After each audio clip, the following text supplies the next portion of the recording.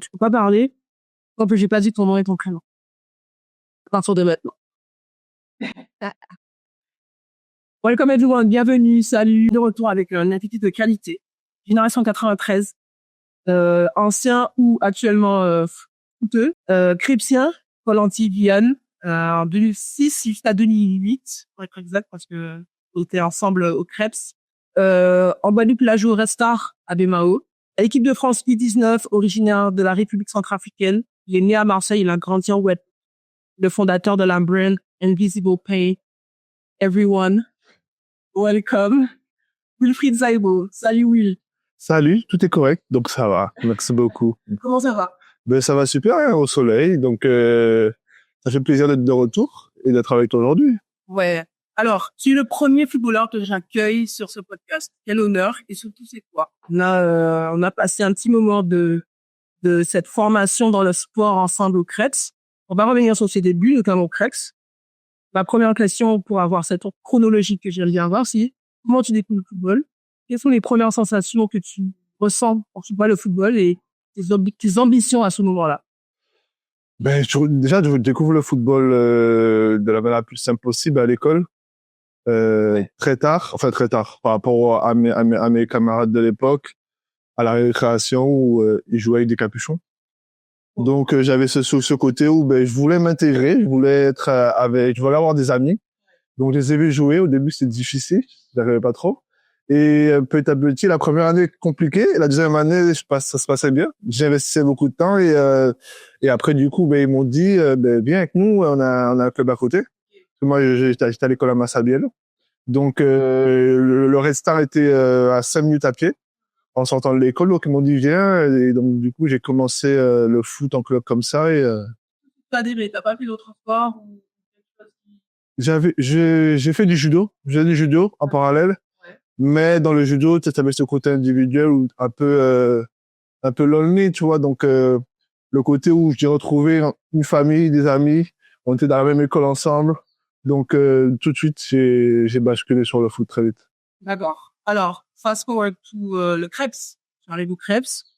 Comment tu intègres ce Crêpes pourquoi en fait tu joues au foot et que tu viens dans ton club, pourquoi tu souhaites intégrer le Crêpes qui te permette d'approfondir tes compétences en foot?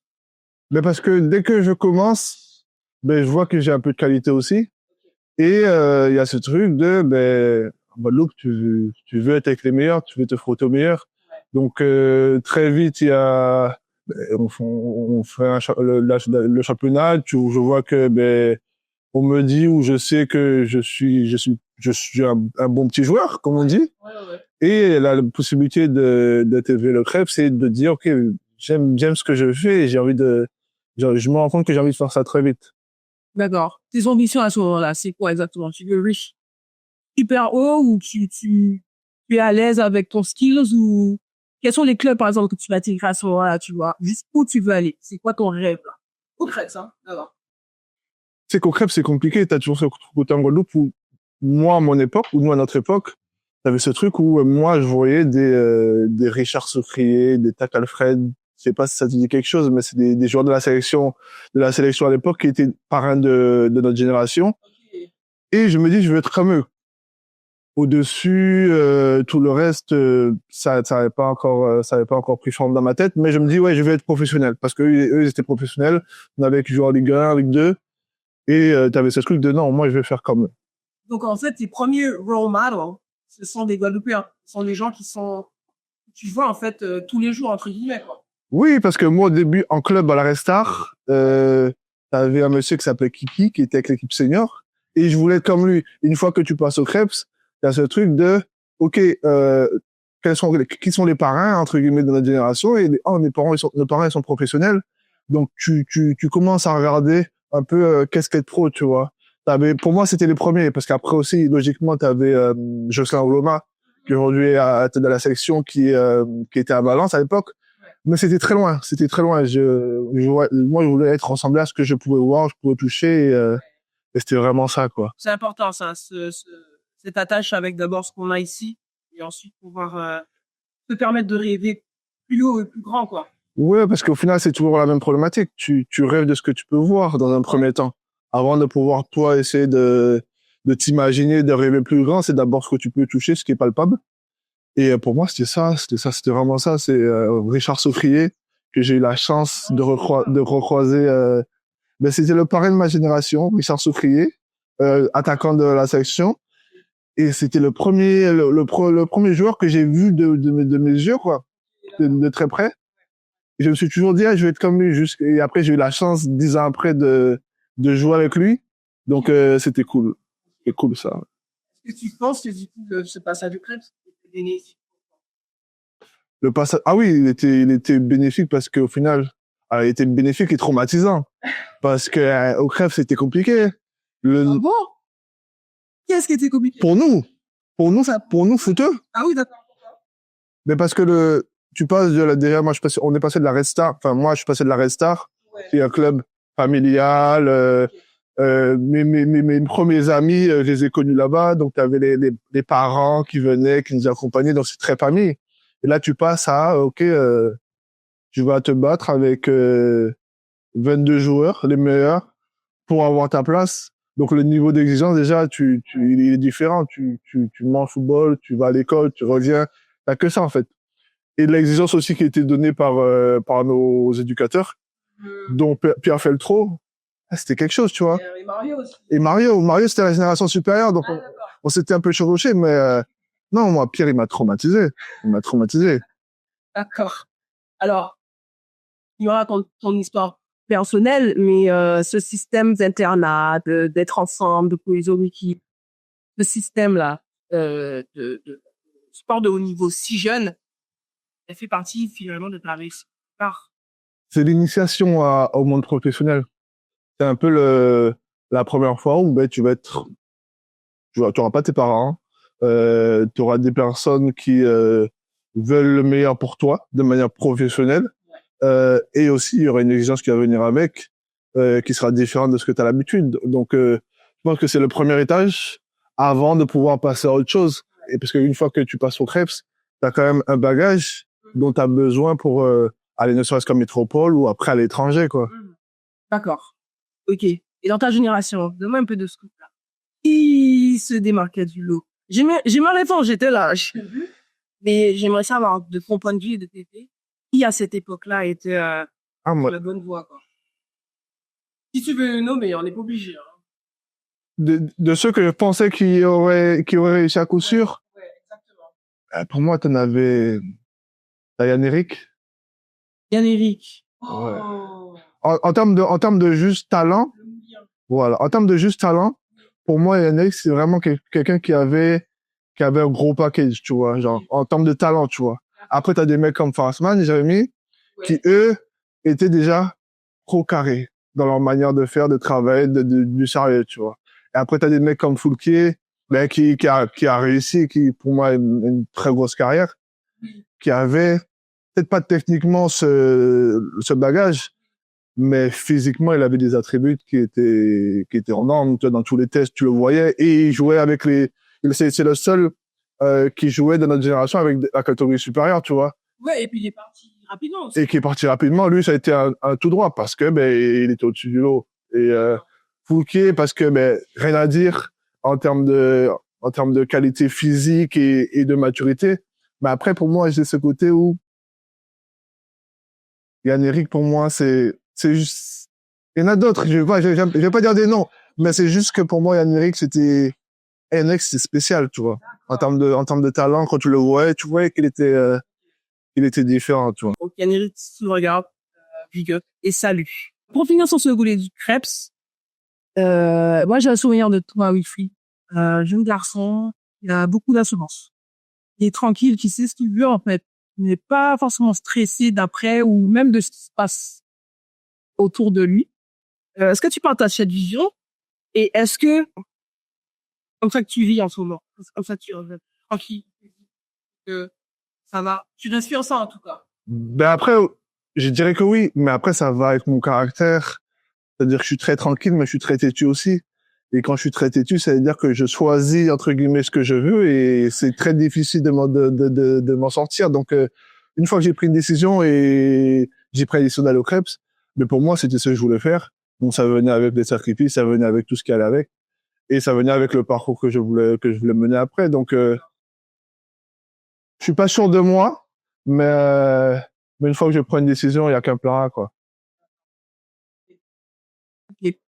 En fast forward pour sur tes années professionnelles, je décide de passer en international et tes années professionnelles en Europe, notamment à Ajaccio et et en Espagne. J'ai lu là, j'ai avant de te parler, j'ai appris, j'ai lu ce que tu as fait. Tu as vécu, moi je pense, un début de saison, un début de carrière professionnelle un peu compliqué avec toutes les épreuves que tu as passées. Et je retiens surtout que à un moment dans ta carrière, en 2018, tu arrives à réaliser un rêve. Et plus longtemps, c'était de jouer aux États-Unis. On arrive en 2018, tu arrives à Boston avec une New England. Non, Yes, les révolutionnaires, New England Revolution. New England Revolution. Euh, Après tout ce qui s'est passé dans ta carrière en Espagne et tout, comment tu gardes le cap mentalement sur ta carrière professionnelle de footballeur? Ben, c'est-à-dire que moi, je suis vraiment attaché à l'affectif et j'aime être bien. C'est-à-dire que j'ai envie qu'on ait besoin de moi et qu'on prenne soin de moi dans un premier temps. C'est-à-dire que pour être bien, pour me sentir bien, ben, j'ai envie d'être bien accueilli. La chance que j'ai eue à New England, c'était que ben, j'avais des petits moments difficiles en deuxième division en Espagne. Et Phil Neville m'appelle, qui était l'entraîneur adjoint de Valence, et il me dit, ah, j'ai un ami qui veut te faire signer. Donc, comme ça a été aussi l'une des premières personnes qui m'a fait confiance à un haut niveau, on va dire que ça a été tout de suite facile. Et après, c'est vrai que ben, moi, j'ai toujours eu ce rêve d'aller aux États-Unis. Donc, tu me dis États-Unis, euh, ça me plaît, ça m'a plu tout de suite. C'est vrai que les conditions étaient bien, donc tout était aussi réuni pour pouvoir s'épanouir. Donc, ça a été ce redynamisme, tu vois, où on te fait encore confiance, où on a besoin de toi, on veut que tu sois parmi nous. Donc, tu vois, je me suis senti directement en confiance. Et c'est, on va dire, les années où je ne suis le plus épanoui. C'est ça, c'est un élan encore de motivation pour la suite. Comment ça date au jeu américain? Je suis sûr que c'est différent entre l'Europe et les États-Unis. Comment tu t'adaptes? Ah, au début, c'est très dur, encore une fois, hein, parce que moi, je sors d'Espagne, et en Espagne, on avait vraiment ce côté tactique, technique, donc, même en termes de pré-saison, c'était pas très dur. Quand j'arrive aux États-Unis, c'est un autre football, beaucoup, avec des gens qui sortent d'université, donc tu connais ce côté universitaire aux États-Unis où, très athlétique. Donc, au début compliqué. Après, j'étais content d'être là. Donc oui, il faut faire des sacrifices. Oui, ça change. Mais au final, je m'y fais très vite, quoi. Qu'est-ce qui t'attire aux États-Unis? Pourquoi les États-Unis? Parce que j'ai mon avis hein, sur les États-Unis. Moi, c'est le pays par excellence qui fait du bon sport. Et toi, pourquoi? Qu'est-ce que tu ressens là, vraiment? Moi, j'ai grandi mon père, il regardait le basket. Donc, c'est comme ça que j'ai connu les États-Unis, tu vois, depuis tout petit. Et après, dès que je suis rentré au centre de formation, j'avais un ami qui s'appelait Josh, qui était mon chambré. Et il m'avait acheté un drapeau des États-Unis, tu vois. Il me répétait American Dreams, American Dreams, American Dreams. Tu vois, et c'était un peu ce truc de, OK, un jour j'ai envie d'aller aux États-Unis, tu vois. Et l'opportunité d'y aller, d'y bosser et être dans des bonnes conditions où, hein, being a nigga, c'est beaucoup plus facile aux États-Unis, tu vois. La culture, c'est pas pareil, tu vois. Genre, toi, tu vois les films, tu dis, bon, ouais, Los Angeles, Boston, New York, tu rêves un peu. Donc, que l'occasion est venue, ben, c'était logique. Mais par contre, t'es à la Boston, hein. À la Boston. T'es pas allé à Los Angeles Galaxy. Tu vois? Boston, c'est une ville spéciale quand même, hein. C'est froid, c'est très fermé, je trouve. On m'a dit aux États-Unis, d'abord, je suis allé aux États-Unis. Après, j'atterris à Boston et c'est vrai que niveau climat, c'est aussi dur. Tu vois, tantôt en hiver, tantôt en été parce qu'il fait très chaud en été et en hiver il neige beaucoup. Ouais. Mais après, je pars du principe où si t'es bien quelque part et t'as fait le choix d'y aller, tu t'adaptes et vraiment franchement ils m'ont très bien accueilli et j'ai passé mes plus années. Après tu commences à voyager, tu commences à bouger, les jours off, tu bouges à New York. Donc ce côté un peu lifestyle, je l'avais pas avant donc je pouvais pas regretter. Alors, je t'adapte bien aux États-Unis parce que j'ai vu que 5 mois après, tu es All-Star. Tu as l'équipe All-Star. Donc, clairement, là, les Américains voient que tu sais jouer, tu contribues à ton équipe. Quels sont tes souvenirs de ce All-Star? Surtout que tu as joué avec un fameux Ibra Liobic. Ouais, il y avait, en fait, tout allait très vite. Je suis arrivé et j'ai pas trop le temps de calculer. Donc, on m'a directement plongé dans le bain. On m'a fait confiance. Ouais. On m'a laissé quand même aussi le temps de m'adapter. Et tout s'est enchaîné. Donc, une fois que je me sens bien quelque part, ben, j'essaie de donner le meilleur de moi-même. Ça matchait aussi avec les résultats de l'équipe. Donc, j'étais aussi le nouveau bébé qui arrivait. Donc, aussi, il y avait un peu plus d'attention sur moi. Donc, vu qu'ils avaient des bons résultats et je jouais bien, ben on m'a appelé. Donc, c'était aussi une expérience incroyable. Tu vois, je sors d'Espagne où c'était un peu compliqué. J'arrive aux États-Unis. 5 mois après, on me dit, ah, dans la chambre, enfin, il y avait des Ibrahimovic, des Jovinko, des beaux petits noms, tu vois. Donc, c'est cool de pouvoir aussi se comparer un peu à eux. Donc, c'est là où tu te dis un peu, ben, à chaque fois, tu sais, tous les 2-3 ans, tu essaies de faire des comparaisons où j'en suis. Et là, j'étais là où je devais être, où je me sentais bien. Donc, une expérience incroyable. On n'a pas parlé de ton poste de jeu. Je pense sur ta position au poste de jeu. Tu es midfielder, c'est ça? Midfield, je sais pas. Je suis midfielder. Midfielder. Ouais, même c'est quoi le jeu sur cette position, ce poste? Le rôle du midfielder, si je vais parler de manière basique, c'est de récupérer le plus de ballons possible et de le transmettre de manière la plus clean possible à ceux qui sont devant et ceux qui sont en position de faire plus de différence. Après, chacun a ses caractéristiques et chacun fera plus ou moins, mais oui, tu es au centre du jeu, donc tu as un rôle aussi prépondérant parce que quand ça va pas, ben c'est toi. Et quand ça va bien, ben c'est que ce dont on fait le taf, tu vois. Donc t'as ce truc un peu ingrat, mais j'ai toujours trouvé du plaisir. On m'a beaucoup poussé à jouer derrière. Comment on choisit cette position? Ben, je pense que on la choisit pas. Au final, avec tes caractéristiques. D'accord. En Guadeloupe, j'étais numéro 10. Donc Ouais. j'étais un peu, oui, j'étais un peu, j'ai pas de travail sale pour moi. Les gars, débrouillez-vous, donnez-moi le ballon et je m'amuse. Après, j'arrive en métropole où là, on commence à me descendre un peu parce qu'il y a des joueurs qui sont beaucoup plus de qualité à ce poste-là que moi. Et entre mes qualités physiques et la technique que j'avais, ben c'était un poste aussi qui matchait beaucoup avec ce que je faisais. Donc c'est là où j'ai compris que j'avais des qualités pour être bon à ce poste-là. Et j'ai des entraîneurs aussi qui m'ont fait confiance à ce niveau-là pour me dire que si tu veux être professionnel, ça sera ici et pas ailleurs. Donc après on a foncé quoi. Par contre, il marque quand même quelques buts. Est-ce que c'est parce que toi, Wilfried, tu voulais aller marquer des buts ou ça fait partie de ton style de jeu ou j'ai vu que tu as marqué des buts, hein, que je suis derrière.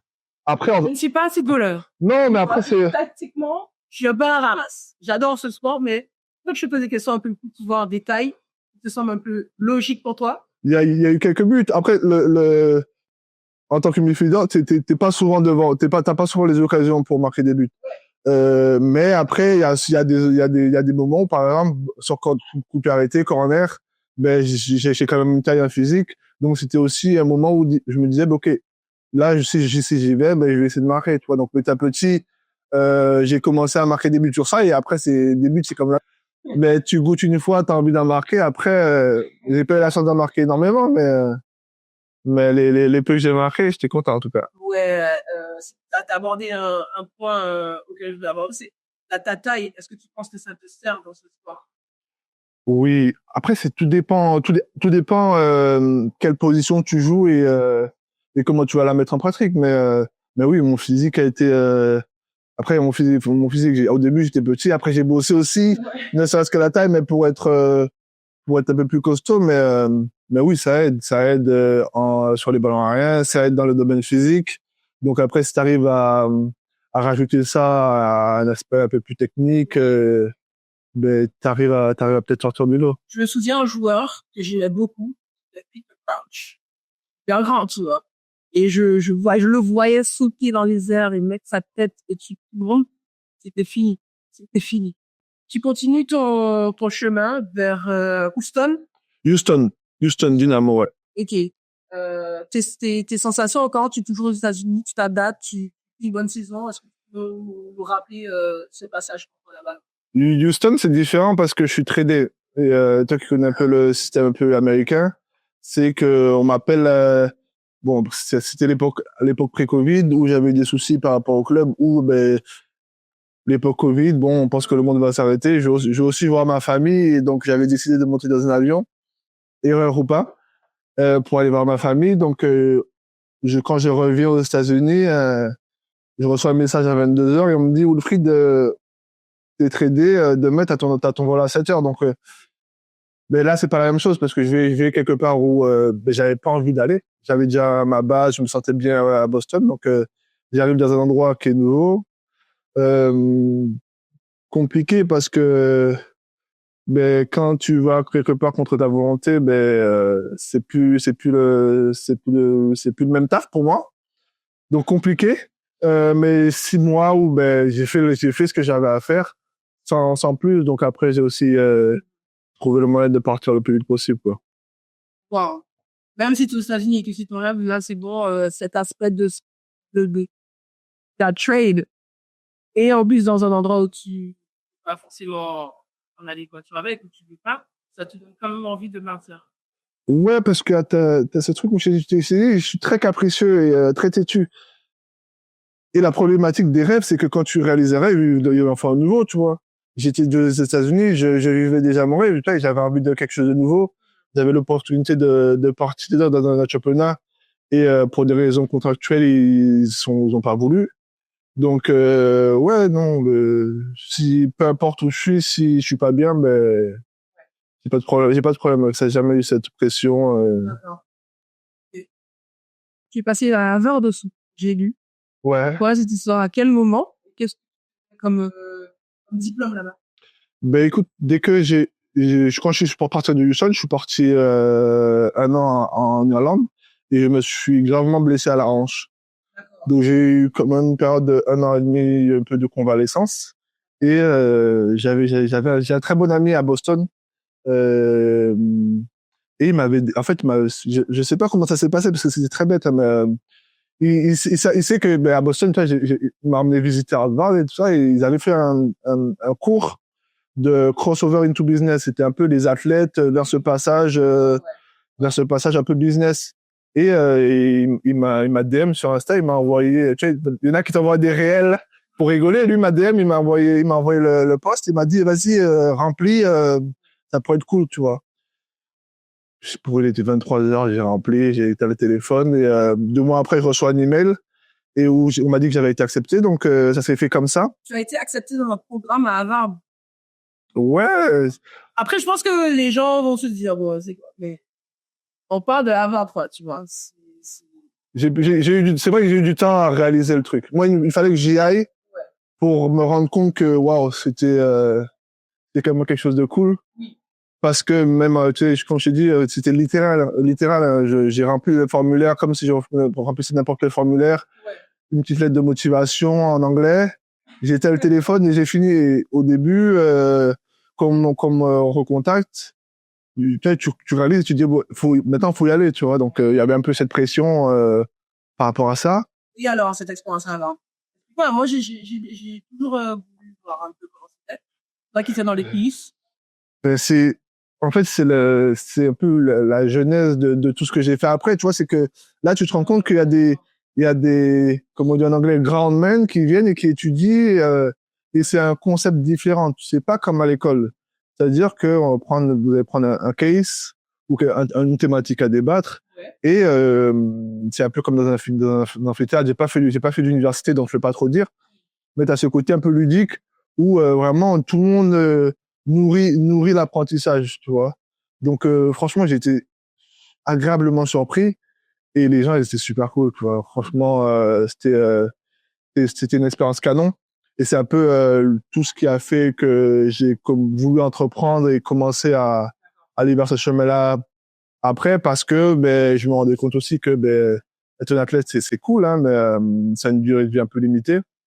Et de pouvoir voir de manière tangible que, OK, mes idées pouvaient être validées par des personnes super intelligentes, tu vois, mais ça donne confiance en soi, quoi. D'accord. Félicitations pour ça, c'est lourd et c'est cool.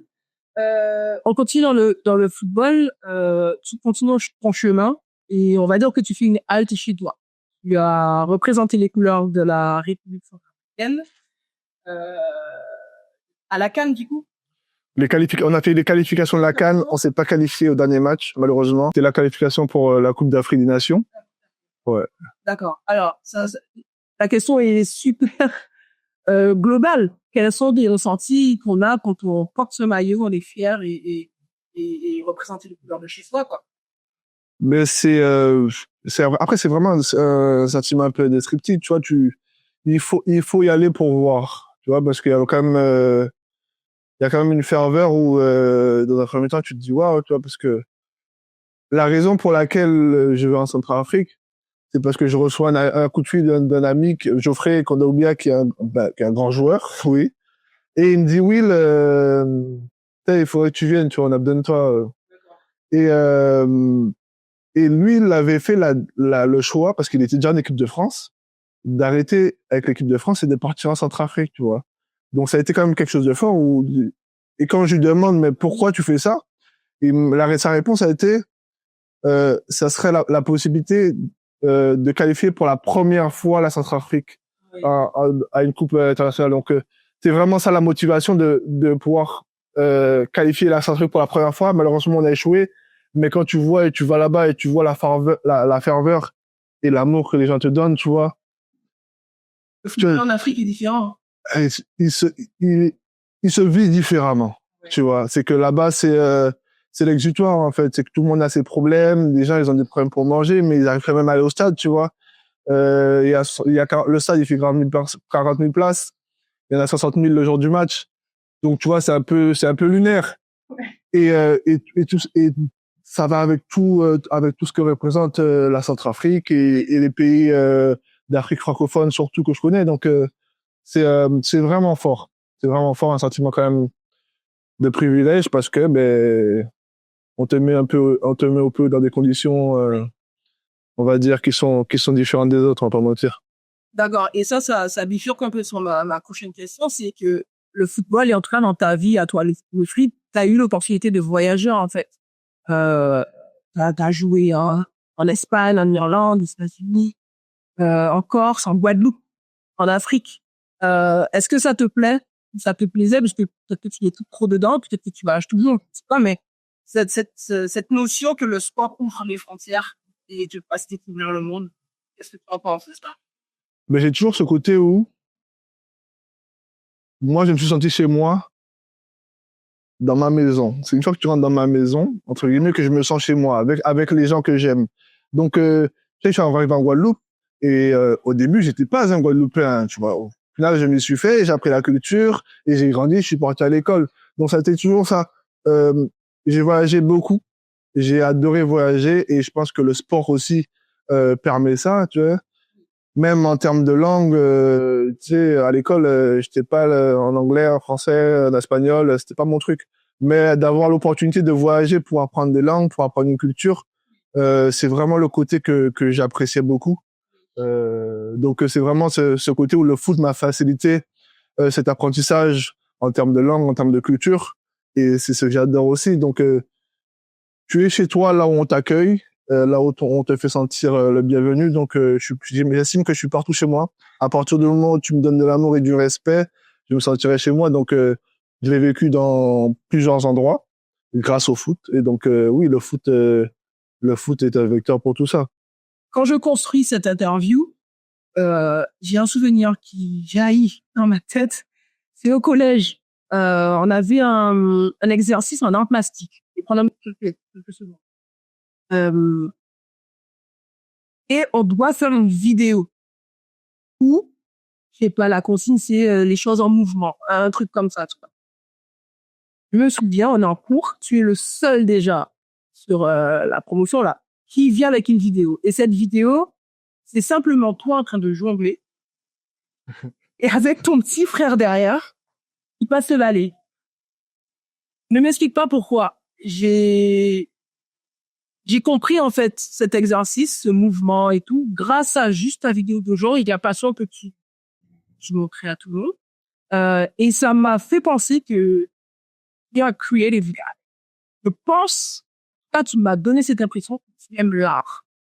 Et quand je vois ta brand, au closing brand, Invisible Pain, pour moi, c'est de l'art. Tu as créé une marque qui est Invisible Pain. Yes. D'abord, dis-nous qu'est-ce que c'est. Ben, j'ai créé parce que tu dis clothing brand, le but, c'est pour moi, c'était de créer une marque. C'est-à-dire que, tu sais, quand je me suis blessé, il y avait ce côté où, ben, j'étais un peu perdu, en dépression, donc j'avais ce côté où ben je sortais beaucoup, quand j'ai sorti dans tous les sens du terme, hein, je sortais dehors et tout le monde pensait que Wilfried, ça va, t'es bien, t'as réussi, t'as un peu d'argent, machin. Et quand je rentrais, c'était tout seul, tu vois, le trou noir. Donc j'avais ce côté où moi, j'avais du mal à vivre ce truc, ce décalage, tu vois. Et si ça m'arrive à moi, qui entre guillemets réussit selon certaines personnes, ben je me disais mais pour le reste c'est comment, tu vois. Donc pour m'occuper, j'ai commencé à dessiner des vêtements avec mon oncle, donc qui lui était tailleur, qui était tailleur dans des grosses compagnies. Donc j'ai commencé à dessiner jusqu'au moment où il m'a dit bon ben vas-y on essaye, tu vois, on fait une pièce. Fallait trouver un nom et je voulais un nom qui soit personnel par rapport à ce que j'avais envie de véhiculer. Et Invisible Pain, c'est un peu ce côté où universel, tu vois. C'est-à-dire que peu importe qui t'es, peu importe ce que t'as fait, peu importe de la manière dont tu as réussi, peu importe la maison que t'as ou ce que t'as sur ton compte en banque, t'as ce côté universel où on peut se regarder dans les yeux et on a ce truc qu'on va cacher, qu'on va pas souvent aborder. C'était un peu ça l'idée première par rapport au nom. D'accord. Alors, tu proposes du textile, c'est ça, hein, textile, parce que je sais pas ce qui fait de votre objet à part ou pas, mais c'est du textile. Est-ce que tu penses que avec ce textile, ouais, exactement, tu te livres aux gens en intégrant un côté artistique? Alors, mon but quand je crée la marque, c'est de dire que, ok, d'abord, on va faire un vêtement. Pourquoi on va faire un vêtement? Parce que, dis-moi comment t'es habillé, je te dirai un peu où tu vas, ou d'où tu sors, ou quel message tu veux renvoyer. Si tu vas à la banque, un peu avec une chemise, bien habillé, parce que tu vas demander un prêt. Si tu vas avec des amis, tu vas habiller autrement. Donc, la manière dont tu t'habilles aussi, c'est ton premier, ton premier langage, et rapport aux autres. La manière dont tu t'habilles, tu n'as pas besoin de parler. Donc, c'est ce petit truc de, ok, on va faire une marque de vêtements d'abord, tu vois. Mais après, là, il y a d'autres parties aussi qui vont venir et qui viennent, via des podcasts, via des docus, via des événements que j'aimerais mettre en place, que je vais mettre en place. Et c'est un peu tout ça, un peu, ce côté Invisible Pain, c'est pas seulement c'est juste une marque.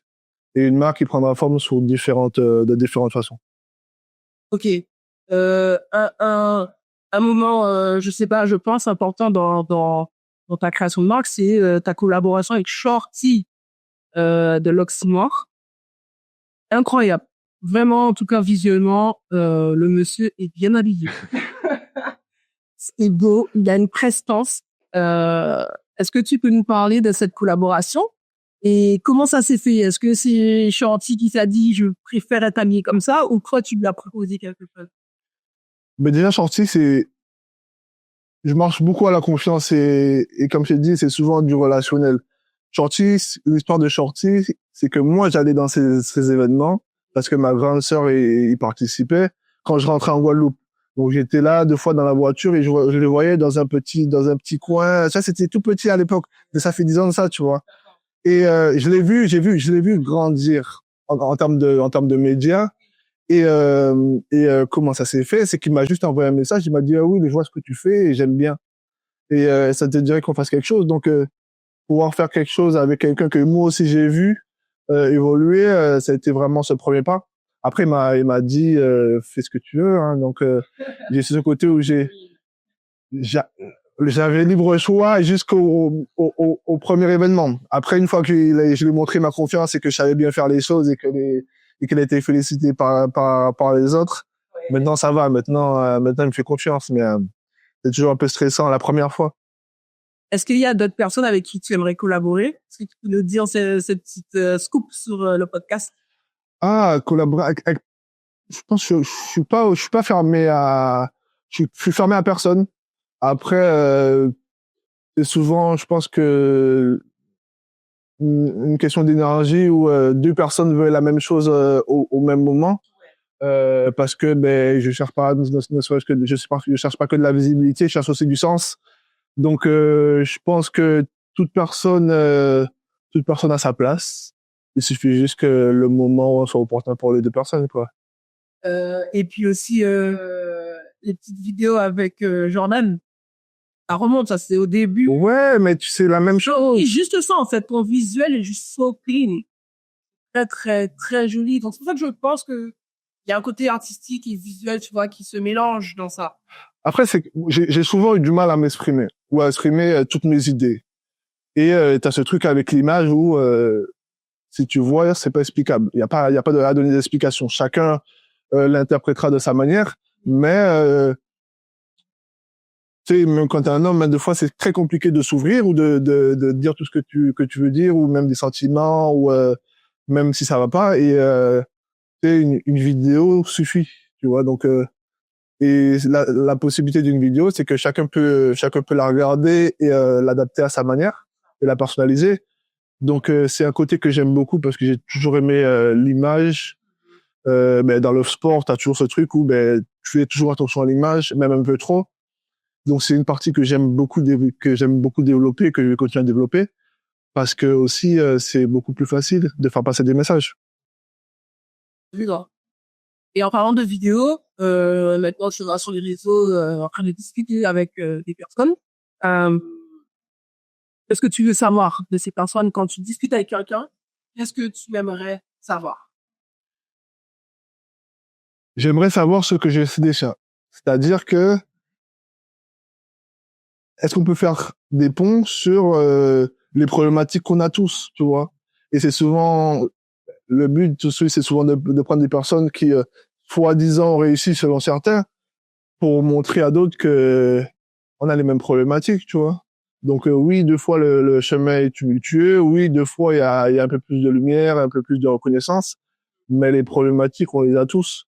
Donc le but aussi c'est de montrer qu'on est tout simplement humain, tu vois, humaniser les athlètes parce que j'en suis un et j'en étais un, et aussi de faire ce pont entre on est tous pareils. Donc le but c'est aussi de pouvoir inspirer, à mon humble avis, hein, parce que c'est ce qui reste, tu vois. Comme je t'ai dit au début, c'est un type que tu connaissais pas, qui s'appelait Richard Saucrier, qui m'a donné envie tu vois. Si je peux donner ne serait-ce qu'envie à mon petit frère de faire carrière ou à mon voisin, et en le protégeant et en le faisant éviter des erreurs que moi j'ai pu faire, ça c'est une legacy de ouf. Ce passage de connaissances et de transmission, est-ce que tu es activement en train de le faire quand ça a un disco plane, par exemple, et ton podcast, c'est quelque chose qui te tient à cœur de partager ton expérience et de montrer la voie, en tout cas, du bon sens. Après, tout le monde a son expérience, hein. Ouais, c'est pour répondre à ta question tout à l'heure, c'est que moi je vis à travers Invisible Pain, tu vois. C'est ma manière aussi de m'exprimer, c'est ma manière aussi de me reconvertir, c'est ma manière de faire passer mes messages et c'est ma manière aussi de me raconter mon histoire petit à petit de manière goutte à goutte, tu vois. Donc pour moi, c'est aussi montrer aux athlètes qu'on peut être autre chose, que vous allez être autre chose et qu'il y a différentes voies, tu vois. Donc on peut pas tous venir et dire j'arrête, je lève les mains, tu vois, même si nous on aimerait tous, mais ça a pas de sens au final parce qu'au final un athlète quand il finit sa carrière, et même si c'était Marie-Josée Pérec qu'on t'a oublié, tu vois. Par contre, ce qu'elle a laissé à côté, Ça, les gens n'ont pas oublié. Les personnes qu'elle a motivées, les personnes qui ont rêvé d'être comme elle, tu vois. Ça, les gens n'oublient pas. Donc, c'est ma manière de transmettre, c'est ma manière de trouver du sens à ce que je fais aujourd'hui, simplement. D'accord. On a bientôt terminé. On arrive vers la fin de cet épisode. J'aimerais savoir une question, les filles. Est-ce que tu es satisfait de toi, de ce que tu as accompli dans le football et jusqu'à présent dans ta vie? Je suis grateful. Je Yes. suis grateful parce que, tu sais, pendant longtemps, tu sais, comme tu as dit, hein, tu as commencé l'interview par me dire qui de ta génération a réussi, qui aurait dû réussir. Tu sais, en tant qu'athlète, on se compare souvent, même un peu trop, tu vois. Et au final, chacun a son chemin. J'ai eu mon chemin, j'en ai profité, j'en ai joui de différentes manières. J'estime pouvoir avoir eu la chance de pouvoir vivre pendant 12-13 ans d'une carrière de professionnel. Donc, pourquoi ne pas être grateful, tu vois? Alors oui, on aurait pu faire plus, hein. Mais je suis content où je suis et je suis content où ça m'amène aujourd'hui. D'accord. Et ma dernière question, c'est dans la même pluie, hein. Est-ce que tu es heureux en ce moment? Qui est grateful et heureux apprécie plus ce qu'il a. Et je pense que c'est le côté le plus important aussi. Tu sais, quand en tant qu'athlète, t'as ce côté où tu penses toujours à demain et t'en oublies aujourd'hui. Donc ouais, aujourd'hui je suis heureux. Toi, je suis ici. J'arrive à faire des choses qui sont cool. Je rencontre beaucoup de personnes, donc ça aussi c'est quelque chose que je voulais faire aussi. Ça me permet de bouger. Et j'estime que ça prend sens, tu vois. Donc petit à petit, des personnes comme toi ou autres qui voient et vous donnent de la valeur à ce que je fais, c'est un boost énorme. Donc ouais, je suis heureux et tant qu'on est en bonne santé et que nos proches vont bien, il n'y a Oui. pas de raison de pas l'être. C'est ce qui compte, effectivement. De toute façon, je tiens à te féliciter pour ton parcours depuis le Crète, quatrième à Barico jusqu'à maintenant. Et bon, je t'ai suivi, on s'est suivi sur les réseaux, hein. Mais c'est de se capter à Boston. Ouais, Allergie. t'étais trop busy. Non, j'étais pas ici. J'ai mangé un truc et j'étais couché. Je me souviens très bien. Je pense à ça, ça me fait mal. Mais bon, félicitations. Je te souhaite de continuer sur cette lancée. Quelles sont tes actualités? Où est-ce qu'on peut te retrouver? Dis-nous tout ça. Mes actualités, déjà, on peut me retrouver sur tout le réseau. Je suis un gars d'Instagram, donc beaucoup sur Instagram, un peu moins sur TikTok. LinkedIn, c'est un peu trop lisse pour moi, donc j'essaie, mais c'est compliqué. Mais beaucoup sur Instagram. Et après, les actualités, un pop-up à Paris le 1er mars. Donc, on rentre jeudi, bosser sur ça. Et après, on va essayer de faire des trucs cool avec Shorty aussi. Courant cette année, donc courant début d'année, donc on va voir ce que ça donne. Et continuer à avancer, se pas se prendre la tête au final, un pas après l'autre. Et tant qu'on est debout, c'est que c'est bon. Merci Wilfried et à bientôt. Merci à toi.